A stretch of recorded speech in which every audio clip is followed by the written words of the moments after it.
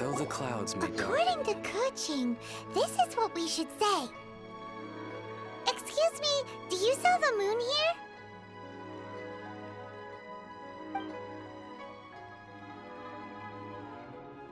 Yes. How many would you like? It's not convenient to speak of numbers here. Ah, well said. Please, use this to ascend to the chamber. Yes, speaking of which, are you two the guests that Lady Ningguang has arranged to meet with today? Yep. And yet the code they used was not the one for guests, but for the Yuheng. What's going on here?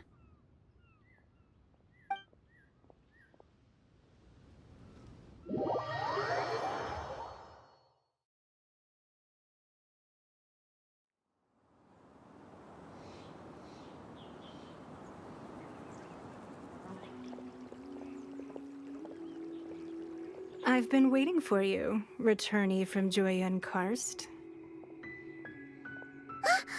It's Ningguang!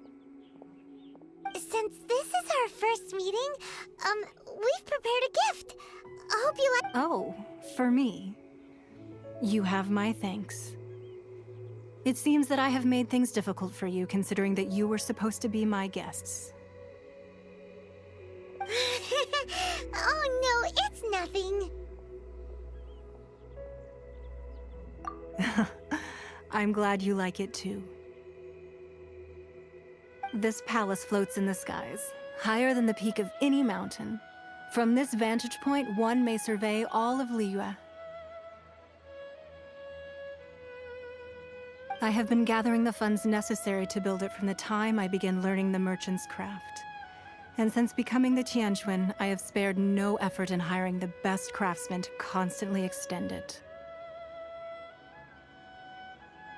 At first, it was but the size of one room. Now, it is large enough to blot out the moon in the skies above Liyue. One day, I believe it will overshadow all 7 nations. Not many from outside Liyue earn the right to ascend to the Jade Chamber. But I have been in correspondence with the acting Grand Master of the Knights of Favonius, who spoke highly of you. As such, I have been putting eyes and ears out ever since you reached Liyue. What? And I finally got wind of your movements when you were on the way to Wangshu Inn. Wait! Was Vergoldet one of your people? Just Vergoldet? No. Everyone at Wangshu Inn is one of ours.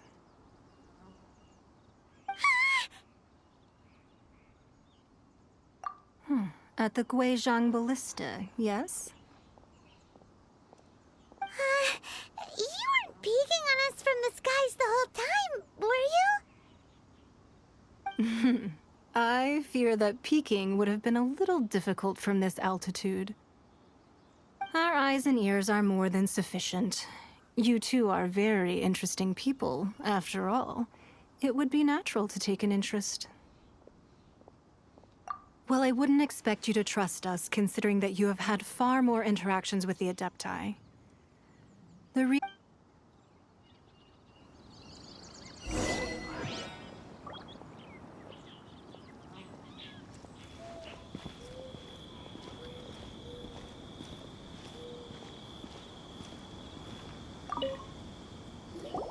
I believe that you've heard of the Archon War. Many gods used to walk this earth, and many long wars were fought between them that did not abate until 2,000 years ago.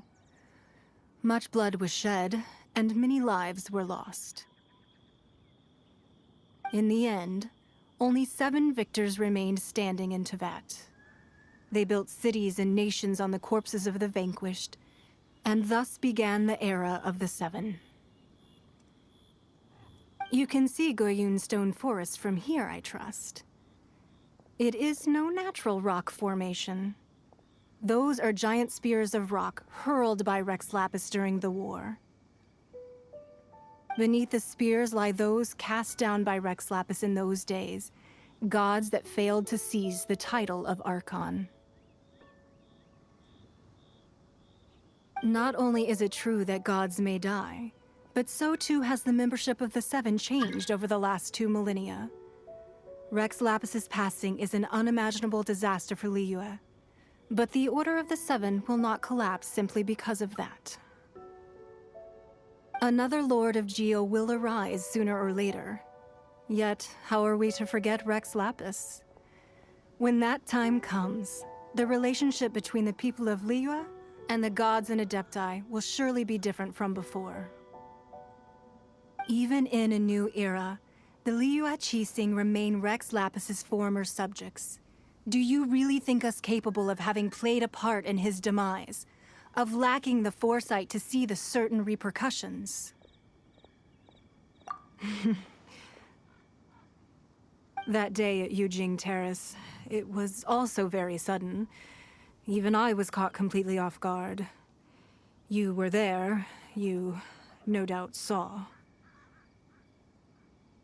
But our enemy has long lain hidden within the harbor. If we do not act against them now, they will surely gain the upper hand.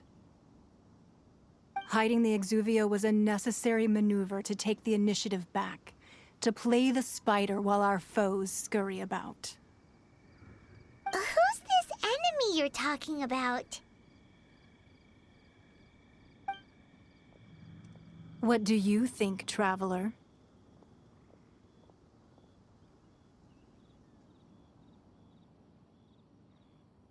Huh? What are you two talking about? Well answered.